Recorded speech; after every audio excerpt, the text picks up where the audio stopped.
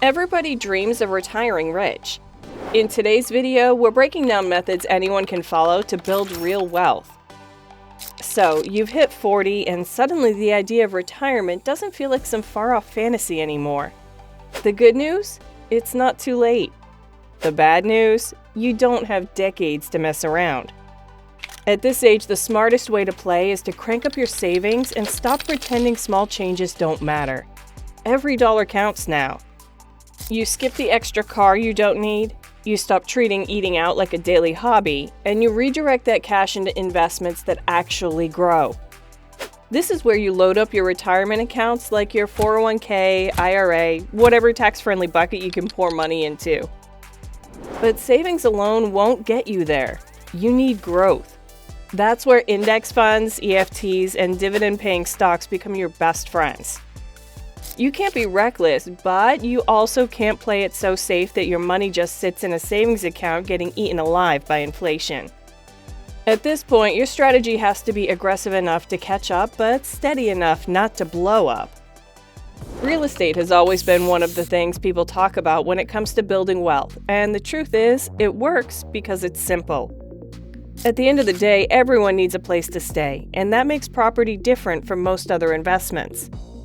People think they need a large amount of money to get started, but even one small property can change the way your finances look if the money is available to purchase real estate. Renting out a unit might cover your mortgage or at least take some weight off your monthly bills. But if you don't have the money to buy properties, REITs, also known as real estate investment trusts, are a great way to get started.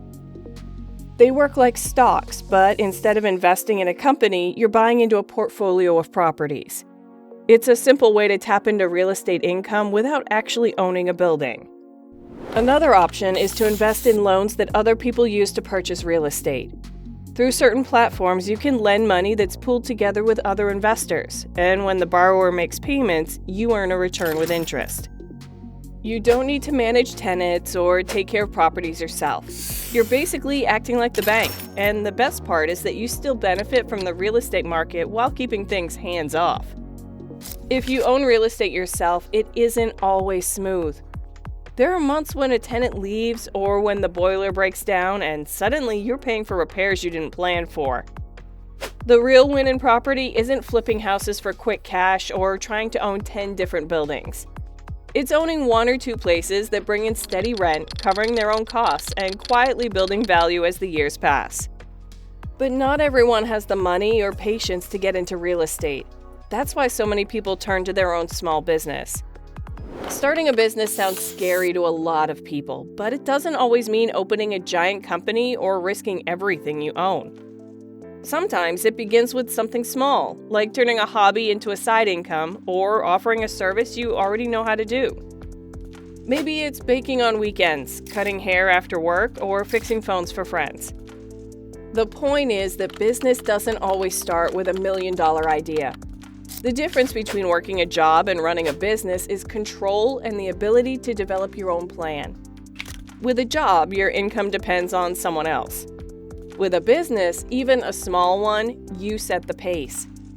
You can choose how much time to put in, what direction to grow, and how to improve. That control can be stressful, but it can also be freeing. Money from a business is never guaranteed, especially in the early days. Some months feel slow and you question if it's worth the effort. But then there are moments where things click, like your product's selling out or when someone tells a friend about you. And suddenly orders start coming in. That's the spark that keeps most people going. There will always be risks like slow sales, tough competition, or unexpected costs, but learning to manage those challenges is part of the process. And unlike investments you can't control, a business is shaped by your choices, effort, and creativity.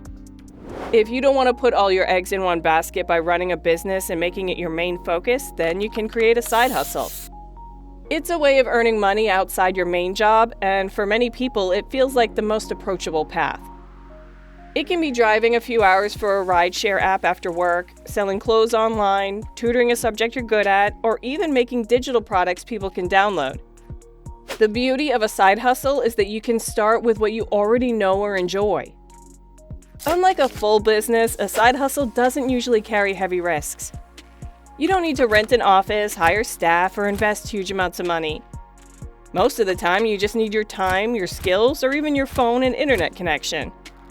What makes side hustles powerful isn't just the extra cash, but the freedom they create. That money can go toward paying off debt faster, covering bills without stress, or even saving for a goal you didn't think was possible before. Side hustles also teach you skills that can grow into bigger opportunities. Maybe you start freelancing for fun and suddenly a client offers you regular work, or you start baking for friends and people start asking you to cater their events. Many small businesses begin as side hustles that grew naturally because people saw value in them. It's not always easy. Balancing a full-time job with a side hustle can mean long evenings, weekends spent working or feeling tired. But the reward comes when you look at the extra income and realize it's bringing you closer to independence. Some people keep their side hustle small forever, while others eventually let it grow into their main source of income. If you don't need the extra money you earn and you're willing to take some risks with your extra earnings, then investing might be the one for you. It can feel like stepping into a world full of strange terms and flashing numbers, but it's just about owning pieces of companies. When those companies do well, your share grows in value, and sometimes they even pay you a small portion of their profits, called dividends. Most people imagine stock trading as constant buying and selling, but the reality is it's often slower and calmer.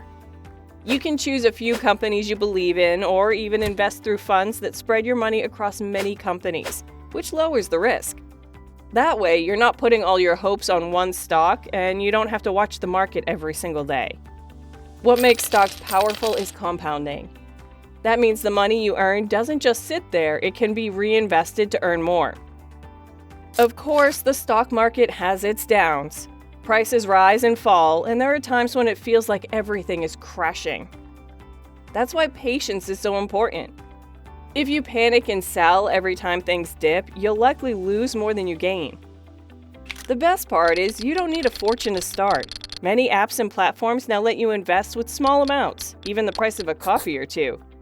Stocks may not give you the control that businesses or property does, but they give you flexibility. You don't have to fix broken pipes, chase tenants, or manage employees. You just let your money work quietly in the background while you go about your life. In the end, the goal isn't just to have more money, it's to have choices. Choices about how you spend your time, where you live, and how you take care of your family. The sooner you start using them, the sooner they begin to work for you.